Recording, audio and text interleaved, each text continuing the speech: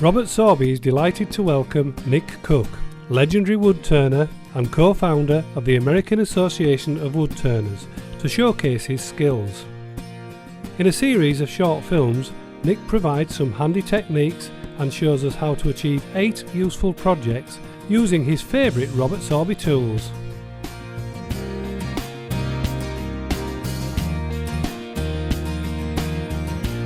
Our next project is going to be a platter. It's going to be maple or sycamore, and we're going to do something a little bit different to it. Once we've turned the basic shape, we're going to use the Sorby texturing tool and texture a portion of it and then color that texture. So we're going to start by drilling a hole in the center of it and attaching it to the chuck using the screw chuck.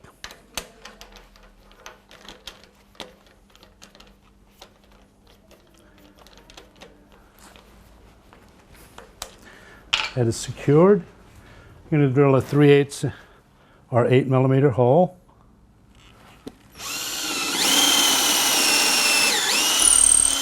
Just under 1 inch deep. Attached to the screw. Make sure it is indeed tight.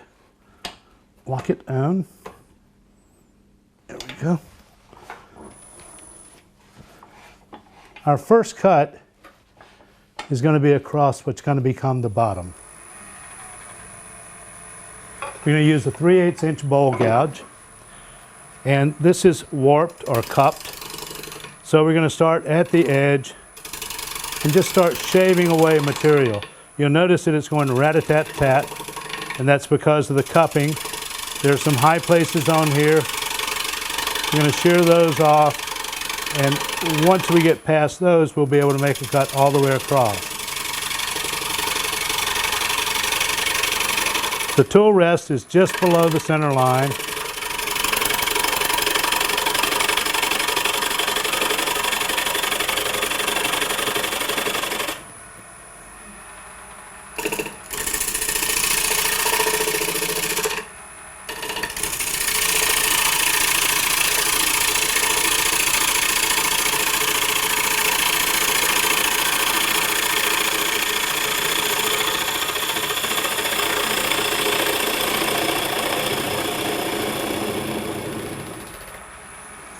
I'm going to raise the tool rest just a bit.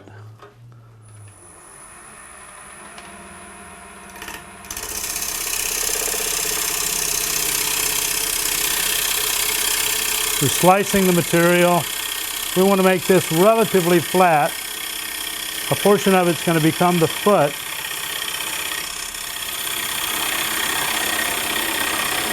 And we want to make sure it doesn't wobble when you set it on a surface.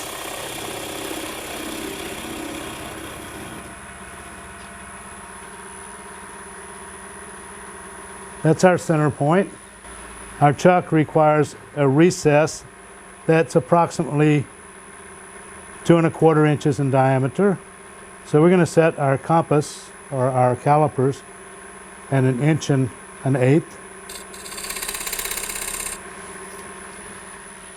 We're going to use the bend tool to create a recess.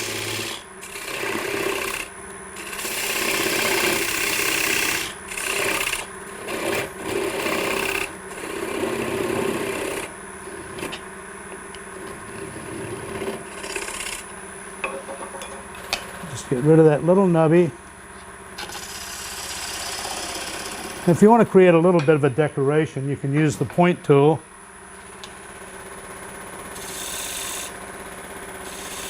And do 2 little concentric lines, and that's where your name will be added later. Now our foot of the bowl is going to be about half the overall diameter, or around 6 inches. So that's going to be the foot.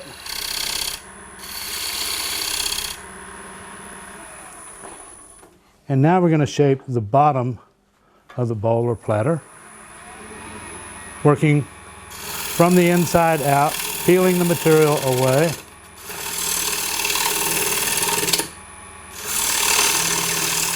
What I'm looking for is one continuous light curve that goes from the foot up to the rim.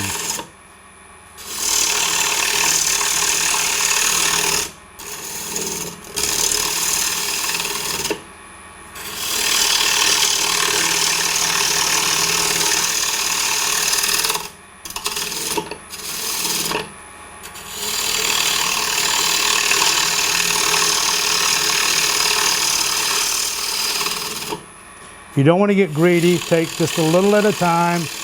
Lots of light cuts.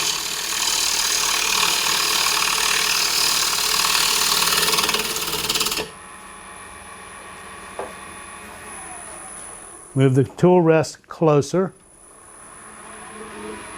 You want as little space as you can keep between the tool rest and the material.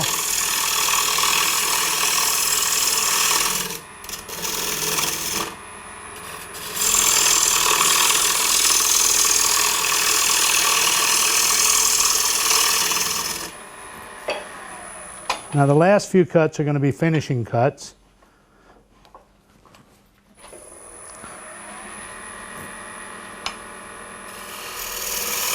Delineate that, and then we're going to turn the tool almost all the way over.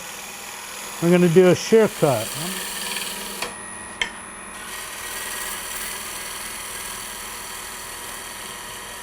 And this finishing cut leaves shavings that almost look like angel hair. And the finer they are, the less sanding you're going to have to do. And so far, I haven't found anyone who likes to sand.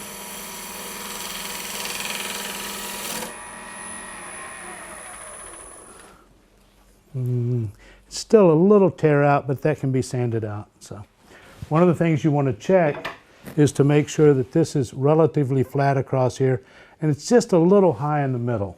So we're going to take just a touch off of the interior portion of this with that finishing cut. And I won't even need to check it again. I'm just going to take it off and reverse it. To do that, I'm going to use the key to lock the chuck in place. Otherwise, if you just lock the spindle, you'll take the chuck off itself.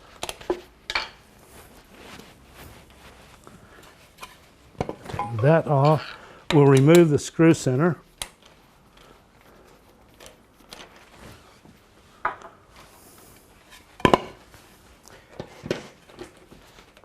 And the opening should be close to the fully closed diameter of the chuck to give you the maximum holding power. If you make a 3-inch recess and you use 2-inch jaws, then you only have 4 points at which it touches. That wobbled just a little bit, so we're going to rotate it just a touch, and that usually resolves that problem. Make sure it's good and tight. That'll work. Now that it's in the chuck, we're going to take and do a shear cut just across the rim.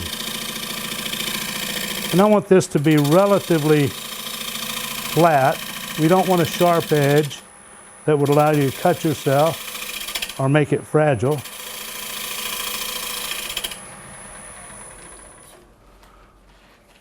And do not put your hand up here and check it while it's spinning. It will cut you. So that's trued up. Now we're going to take a surface cut across what's going to become the top.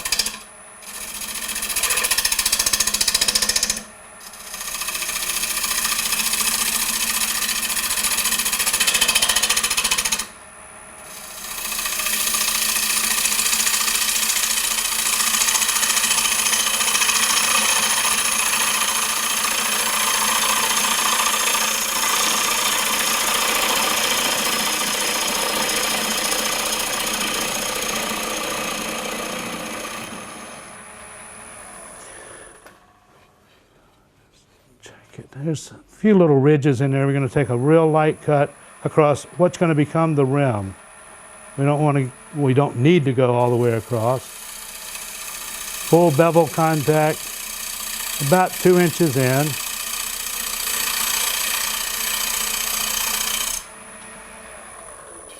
And then I'm going to mark an area about a 1/2 inch in and about a 1/2 inch wide. I'm going to take the Sorby texturing tool. I want to make sure that it's not going to bump into the tool rest. We're going to add a bit of pressure, and we're going to keep the thing moving.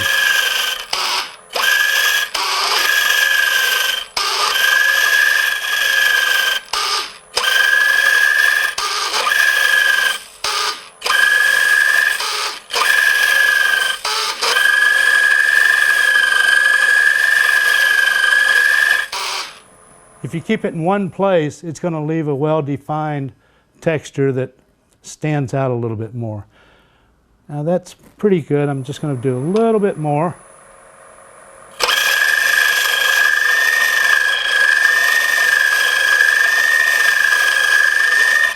And this comes from holding the tool straight up and down, and it's what I refer to as an orange peel effect. And you can leave it like that and just remove the lines, or if you want just a little bit more impact, we can take the point tool and with one of the flats straight up and down,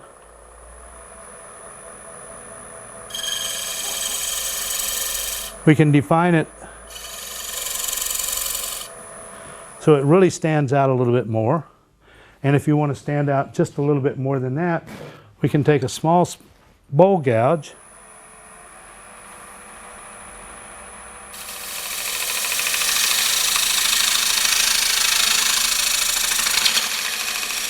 we can cut right up to it so it stands just proud of the surface. Now if you try to do that in this direction, chances are you're not going to be able to control the tool and it's going to want to skate outward. So what I do is move it all the way over. I reverse the direction. And I do a very light cut up to that surface.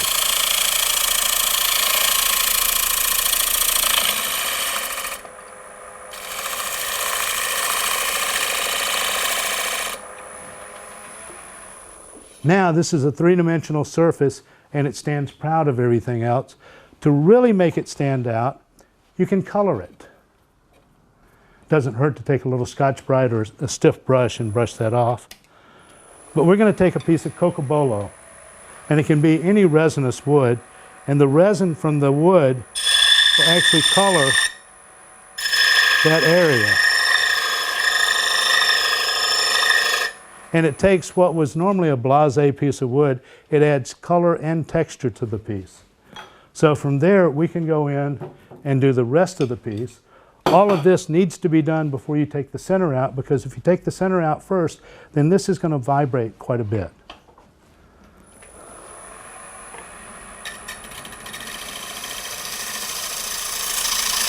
So we want to leave about the same amount here.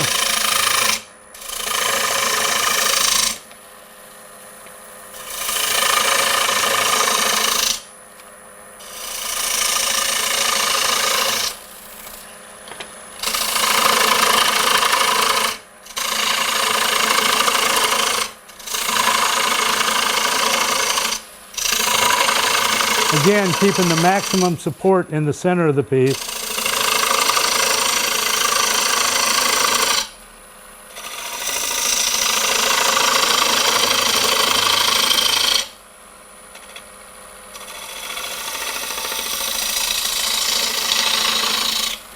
And I'm a believer that things that I make are to be used, so I don't try to make things extremely thin. I want it to be functional and stout enough so that anybody's willing to pick it up and fill it with fruit or something like that.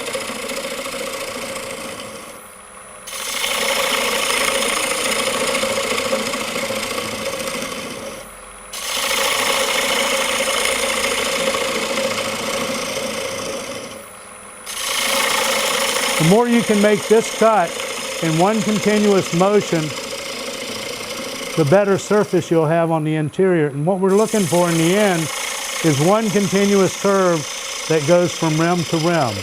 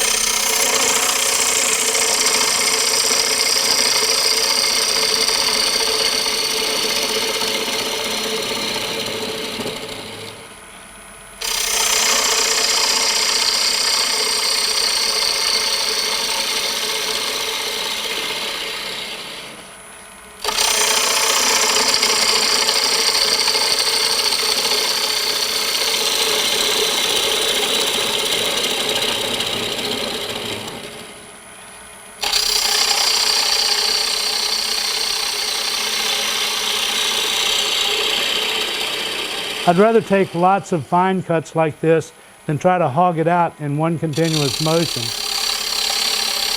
When you do that, you tend to tear at the end grain and leave little pitted areas that are very hard to sand and finish. My solution is to make every cut as if it were a finishing cut, just never make that last cut. That's always the one that goes through the bottom.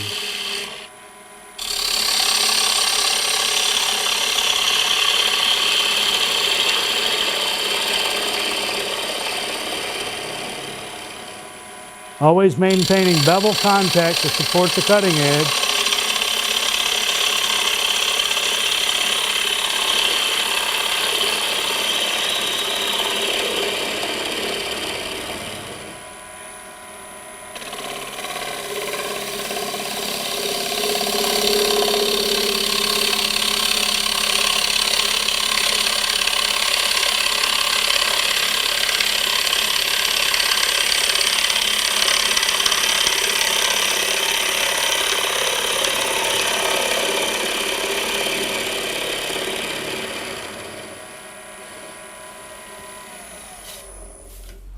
There we go, we have one continuous curve.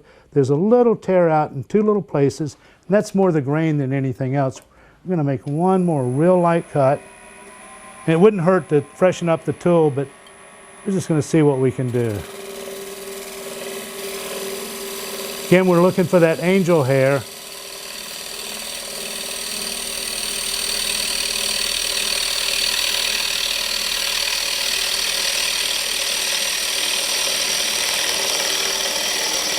By coming all the way through the center, we shouldn't have any lumps or bumps. Still just a little bit of tear out, but that's on the grain.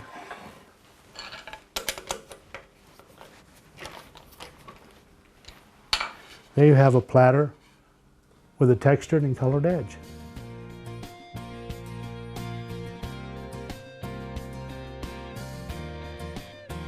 This project can be sanded and finished as needed. And if you would like more information, go to the Robert Sorby website or visit our YouTube channel.